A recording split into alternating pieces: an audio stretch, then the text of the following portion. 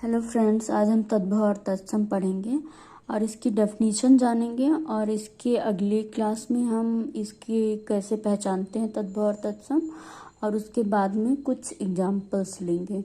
तो आज हम जानेंगे तद्भव और तत्सम शब्द। तद्भव तत्सम शब्द एक्चुअली में आए कहाँ से हैं।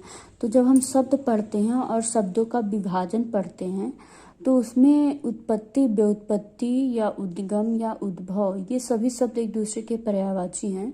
इनके आधार पर जब शब्दों का विभाजन किया जाता है तो उसमें से तद्भव शब्द निकल के आते हैं, तत्सम शब्द निकल के आते हैं, देशी शब्द, विदेशी शब्द और संकर शब्द। यानी कि जब इन आधारों पर हम शब्दों का विभाजन करते हैं तो ये 5 प्रकार के शब्द बनते हैं, जिनमें से तद्भव और तत्सम बहुत इंपॉर्टेंट शब्द होते हैं। तो हम उसको एक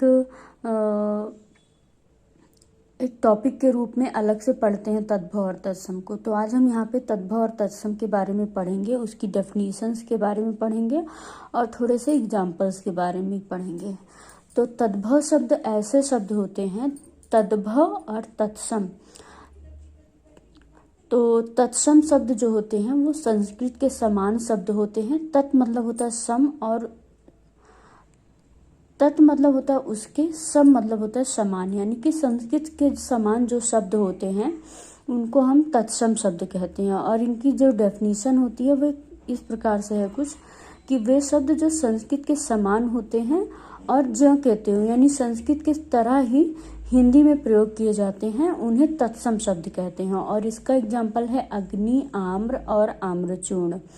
और तद्भव शब्द जो होते हैं, तत् मतलब उसके या उससे होता है और भव मतलब उत्पन्न, यानी उससे उत्पन्न, यानी संस्कृत से उत्पन्न। यानी कि वे शब्द जो संस्कृत से उत्पन्न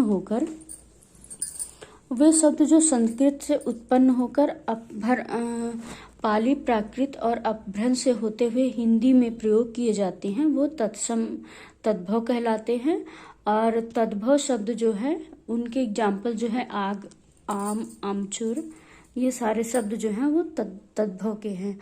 तो तद्भव जनरली हम ऐसे भी कह सकते हैं कि तद्भव शब्द जो हम सामान्य आम बोलचाल की भाषा में तद्भव शब्दों का प्रयोग करते हैं और जो हम कभी कभी या बहुत कम यूज करते हैं या जो थोड़ा बोलने में हमको कठिन लगते हैं, वो शब्द जो है वो तत्सम होते हैं। और सेम ऐसी ही डेफिनेशन हम बुक्स में भी आपको दिखा देते हैं। बुक में भी मतलब बुक और ये डेफिनेशन बहुत अंतर नहीं है।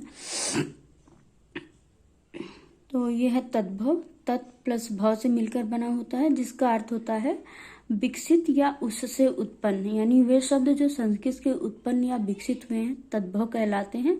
दूसरे शब्दों में जो संस्कृत शब्द कुछ रूप परिवर्तन के साथ हिंदी शब्दावली में आ गए हैं तद्भव कहलाते हैं, जो पाली, प्राकृत और अपभ्रंश से होते हुए परिवर्तित होते हिंदी आदि आधुनिक भाषाओं में आए हैं।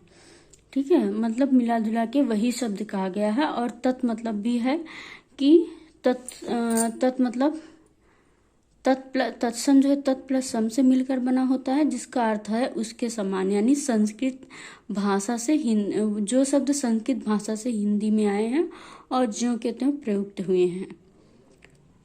मतलब ये है कि आपको डेफिनेशन जो है लगभग सेम है और नोट्स में हम हमेशा शॉर्टकट ही लिखते हैं, उतना लिखते हैं कि जितना हमको समझ में आ जाए और जितनी ज़रूरत हो। तो ये है तत्सम और तद्भव शब्दों के डेफिनेशन और उसके छोटे से एग्जाम्पल्स। और आगे की क्लास में हम इसके जो है और पहचानने के कुछ नियम जानेंगे और उसके आगे की क्लास में हम एग्जाम्पल्स देखेंगे। ठीक है, और ये मैं नोट्स की वीडियो आपको देना चाहती हूँ ताकि आप लिखना चाहें तो लिख लें।